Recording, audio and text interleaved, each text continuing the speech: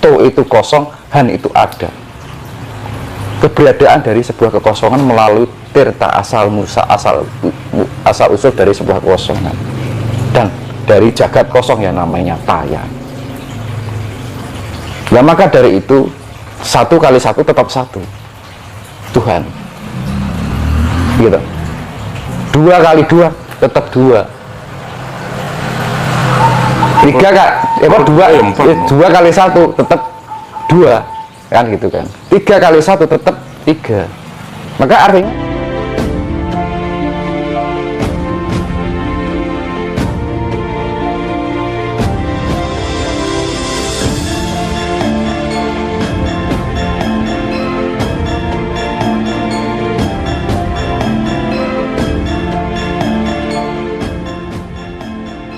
itu otomatis, itu hukum alam itu pasti yang namanya energi. Ini kan elektromagnetika nih. Ini punya elektromagnetik besar.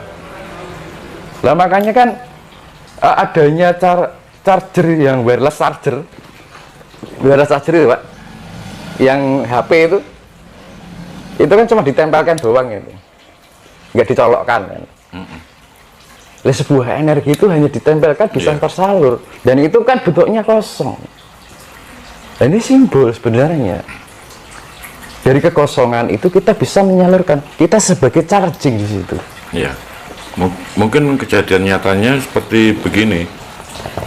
Ketika mungkin ada orang yang sumpek ya, stres, terus datang ke kiai atau ke pendeta, ke resi dan sebagainya, itu meskipun belum mengeluarkan unek-unek permasalahannya, di situ dia sudah tersalur, sudah merasa nyaman, sudah merasa agak ringan permasalahannya. Nah, itu sebenarnya energi itu bisa dirasakan seperti itu. Iya. Jadi bagi mungkin pemula itu, kalau memang yang nggak bisa melihat, karena ini energi memang nggak bisa dilihat secara kasat mata. Jadi mungkin bisa dirasakan aja nanti bukti konkretnya kekuatan energi itu. Begini, urip itu kan urut, termasuk tadi kan memberikan kenyamanan, kedamaian, mungkin berupa energi kepada orang sekitar kita, keluarga kita, bahkan orang tetangga dan lingkup yang lebih luas lagi.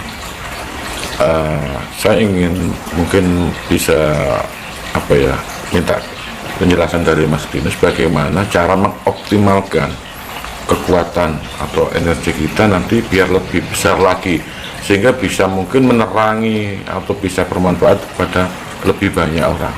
Iya. Dan makanya dari itu kan saya kembalikan, kekuatan terhebat adalah angka 0. Angka 0 ketika dipertemukan dengan apapun hasilnya 0. Dia bisa angka 0 itu kan sang yang Taya atau kekosongan, dan bahkan Tuhan pun tercipta dari kekosongan itu. Berarti kan lebih hebat dari Tuhan itu sendiri, ya kan?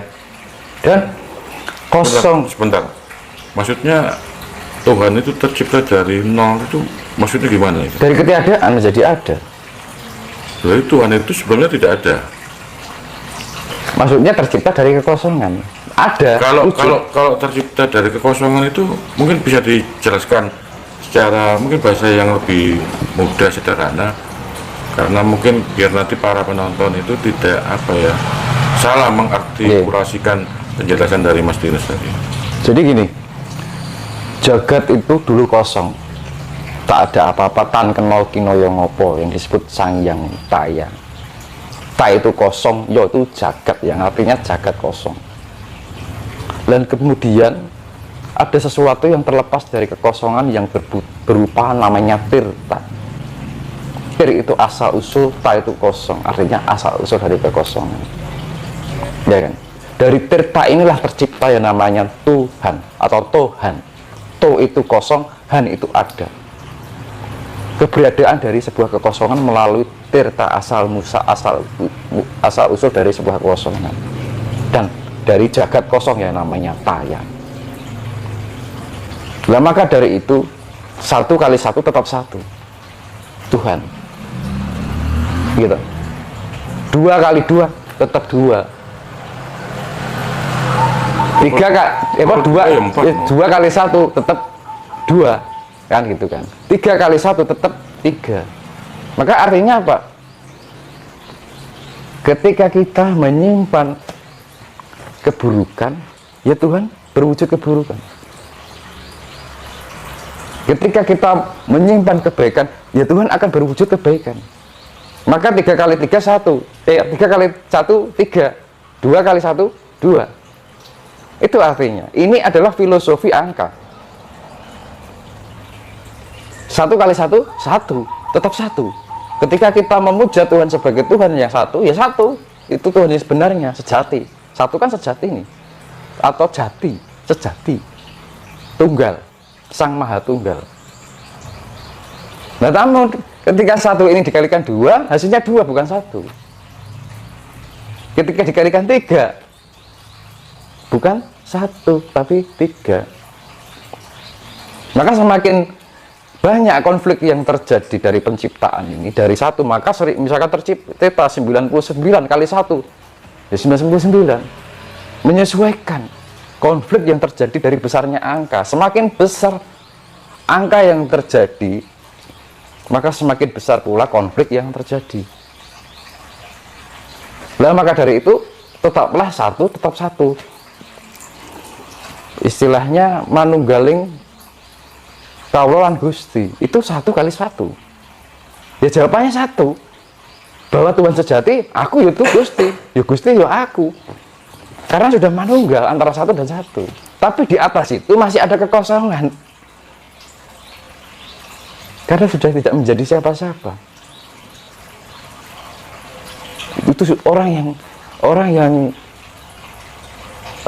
bisa menjadi Tuhan masih kalah dengan orang yang tidak merasa menjadi siapa-siapa. Memang kalau apa ya, ada orang yang merasa bisa jadi Tuhan itu juga agak suatu diksi yang mungkin sebenarnya kurang pas menurut saya. Iya. Karena dengan kesifatannya sudah beda banget dengan kemahaman sebagainya, itu kan sudah sangat-sangat jauh dari manusia yang penuh dengan keterbatasan.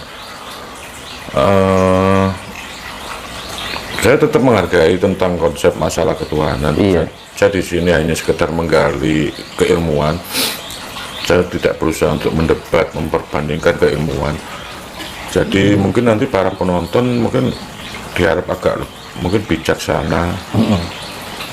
Karena membahas tentang konsep ketuhanan itu memang apa ya, memang banyak macam, banyak versi. Jadi mungkin ini anggap aja suatu wacana aja. Iya. Okay.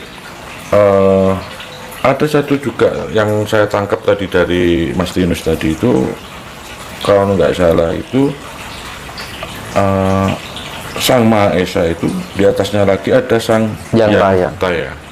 Nah, itu saya pengen minta penjelasan yang mungkin lebih jelas lagi, biar nanti juga mungkin tidak salah kaprah kita menafsirkan itu. Monggo Mas. Jadi gini, Sang Yang Taya itu kode angkanya 0, gitu Pak. Sedangkan Tuhan itu kodenya 1 angkanya, dan 0 artinya damai, dan 1 adalah Gusti, bagus sing ati.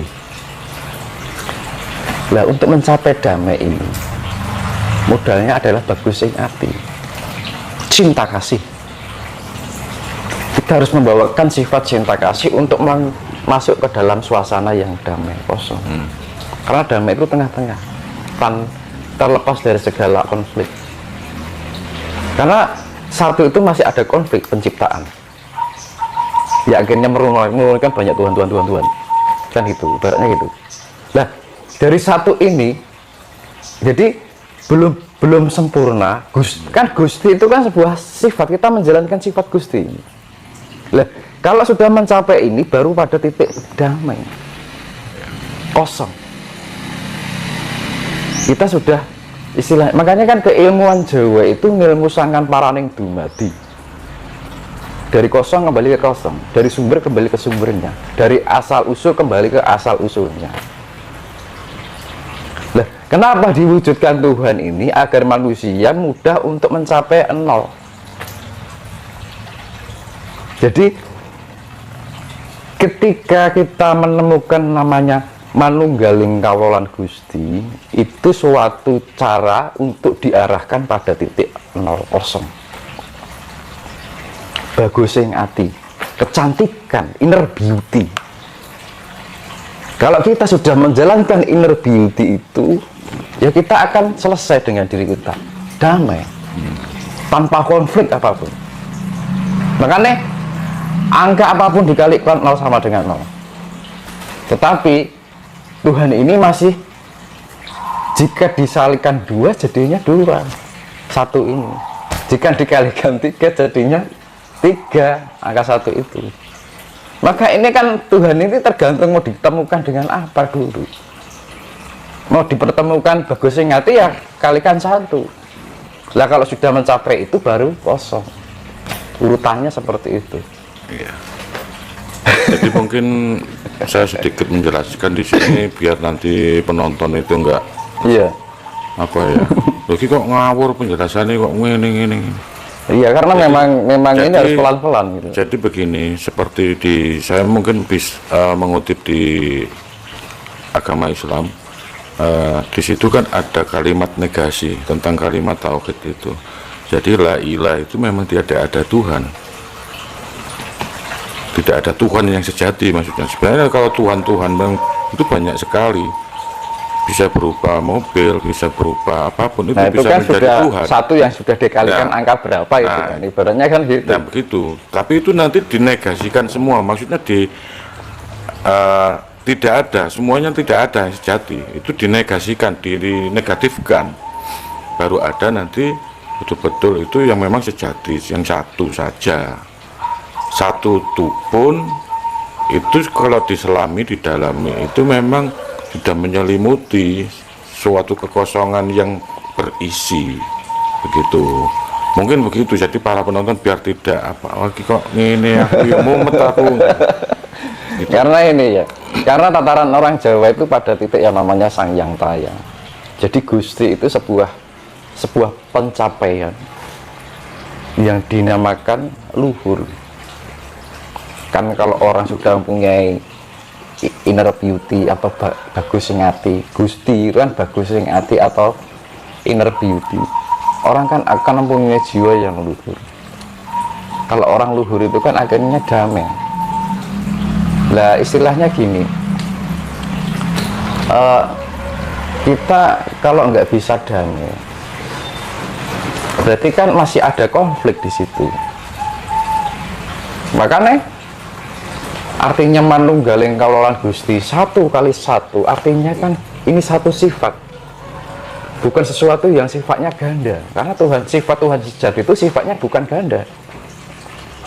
Ya sifat Tuhan yang bagaimana? Bagus ngati tadi, welas asih, lembah mana, andap asor, tepo saliro, dan itu mawas diri, mulat sariro. Kita menemukan manifestasi diri kita, jati diri kita itu yang namanya Gusti. Ya angka 1 itu, manunggaling kawulan Gusti, maka 1. 1 kali 1 ya 1. Nah kalau sudah bisa mencapai itu, baru bisa menemukan suatu jagat yang namanya kosong atau jagat damai, jagat tentrem. Gitu. Lah, makanya kan rata-rata mungkin ajaran hanya terhenti pada yang namanya Tuhan. Itu pun baru hanya sebagai wacana. Bukan tertindaklanjuti secara kasunyatan atau pengolahan diri atau jalan spiritualitas. Baru mengarah,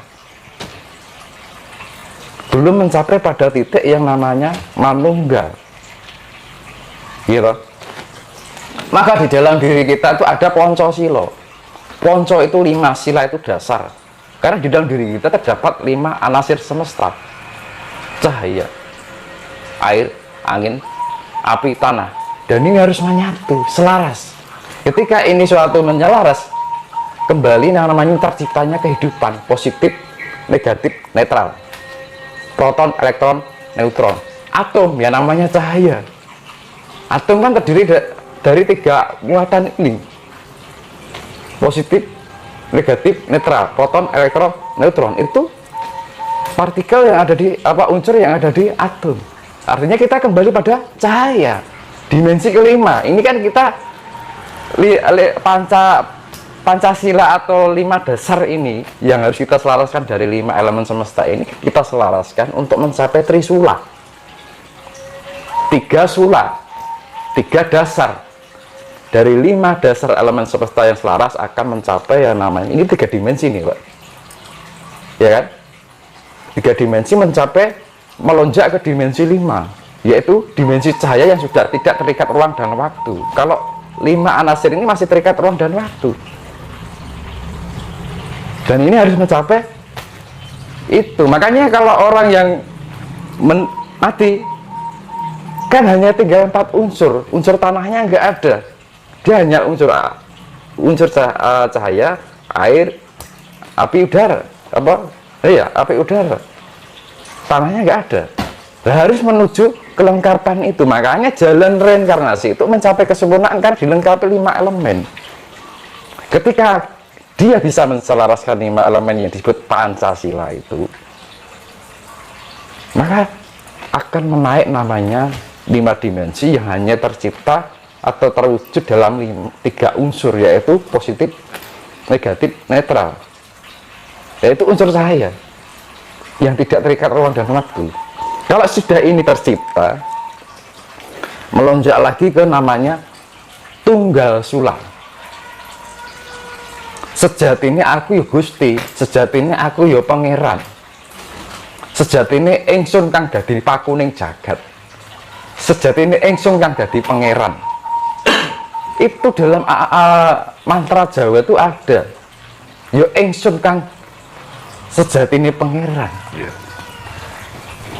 Itu tunggal sula lah. Kalau sudah tunggal sula baru ke titik 0. Saya pengen kembali ke tadi yang Pancasila tadi yang 5 unsur. Yang ada api, ada angin, ada air, ada tanah, terus ada cahaya.